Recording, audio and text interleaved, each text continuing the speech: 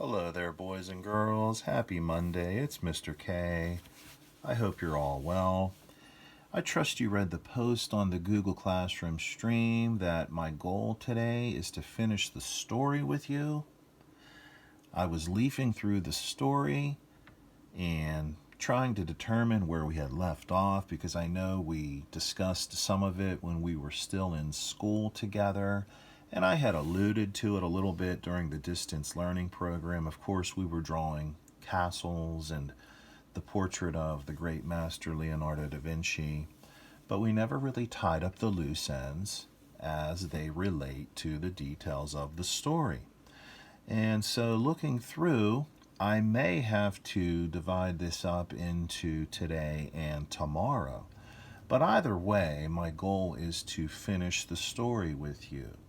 And all you have to do is simply listen to the video, and it will be utilized to not only have you understand how the story culminates and turns out, but I also would love you to just check out the wonderful artwork along the journey.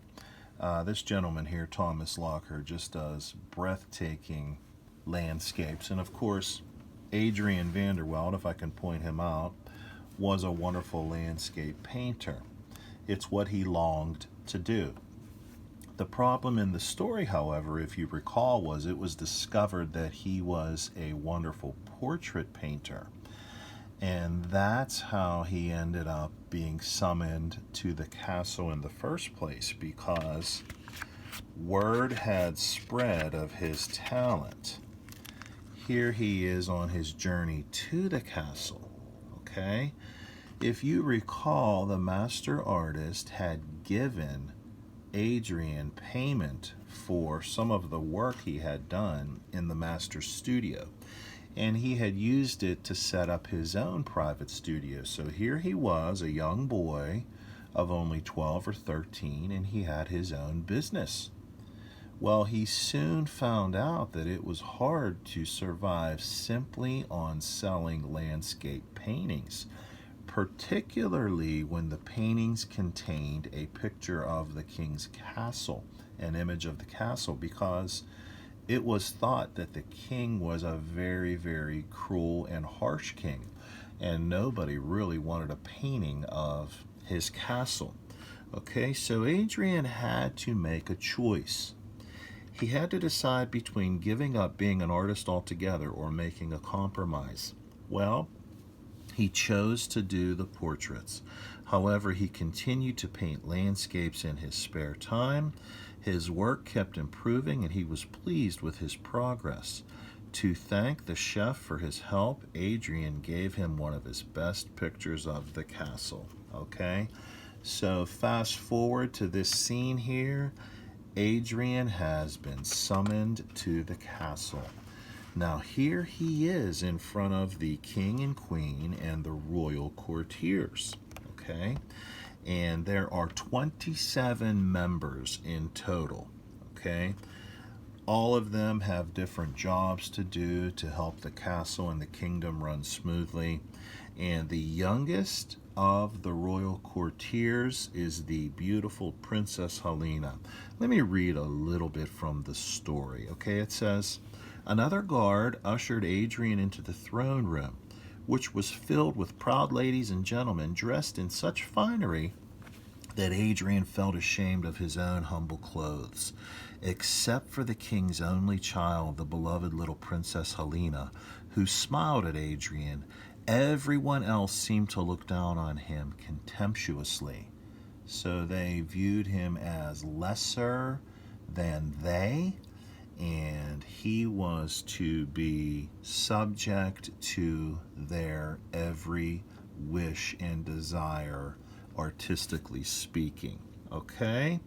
So the king proclaimed to the royal courtiers that Adrian will be sent to the royal tower. He is not to be disturbed, and he shall create a large group portrait. Well, here's the problem. All of the members of the royal court, the courtiers, threatened Adrian with improving their appearance. They all wanted to be painted looking much younger. Sorry about that. Much younger and better looking. Okay, for example, this lady here says, "Paint me standing straight up. If you do not fulfill my wish, you will be tortured, you will be sent to the gallows, you will be hanged. We can do bad things to you." Okay, so the young artist here, Adrian Vanderwelt, felt very, very trapped. So he made an excuse. He thought quickly and he said, "I need to go back to my studio and collect some more belongings for such a large group portrait." And he fled the castle, went back to the old master to ask for some advice. Now here's the advice, okay? "I suggested that he make drawings of everyone in the throne room until they were all satisfied with their likenesses, and then Adrian should retreat to the tower and combine the drawings into a large composition in the privacy and safety of the studio. As he left, I said to him, 'It is a great honor to be asked to do a court portrait.' Adrian shook his head and replied, 'To paint 26 lies is no honor.' Slowly he returned to the castle to begin the most difficult time of his life. I honestly thought I might never see him again." Okay, so it's interesting to me that he mentions 26 lies. And meanwhile, there were 27 members of the court. Well, that's because every single one of the members of the king's court threatened him, except for one. The only person who did not threaten him about changing her experience or her appearance was the lovely Princess Helena. Okay? So here he is. Wow. Very sad, very depressed, and confused, not knowing what to do. 6 months passed as Adrian worked in the throne room. All the while he was bullied and badgered by the vain nobles until at last they were all pleased with the drawings. So finally Adrian took the studies to the tower to begin painting. But except for the picture of the young princess, which was inspired, Adrian's work was false and lifeless. Everyone seemed the same. The men all looked handsome and the women were all beautiful. The next morning he laid out his paints, but he could not bring himself to pick up a brush. All the day he sat and stared at the huge empty canvas until the light in the studio began to fade. Then the tired and frightened lad decided to take a walk on the palace grounds to look at the trees and clouds that he longed to paint. Okay? Now this is kind of a neat little turning point in this story, okay? A cool evening breeze moved through the trees as he approached the royal arch. There, Adrian ran into the little princess. Her smile seemed especially beautiful in the evening light, and Adrian made a quick sketch of her. The next day, because he hadn't painted at all for 6 months, he decided to warm up for the court portrait by painting a small picture of the princess. It turned out well and gave him the confidence to begin working on the huge canvas. But he could not forget the threats of the nobles, and the work progressed slowly. Sometimes he was so afraid that he wouldn't be able to please them all that he couldn't even paint. In these dark moods, he would ask the Princess Helena to sit, and he would draw and paint her, and that always seemed to help him. Months turned into a year, and then, holy cow, 2 years passed. The noblemen and noble women had grown impatient to see their portraits. In spite of the king's order not to disturb Adrian, a group of the courtiers banded together and climbed the stairs to the studio. Princess Helena saw them, and she ran to warn her father, the king.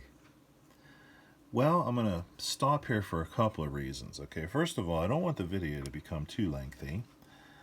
And as you saw, my phone is going to conk out here and die out here pretty soon.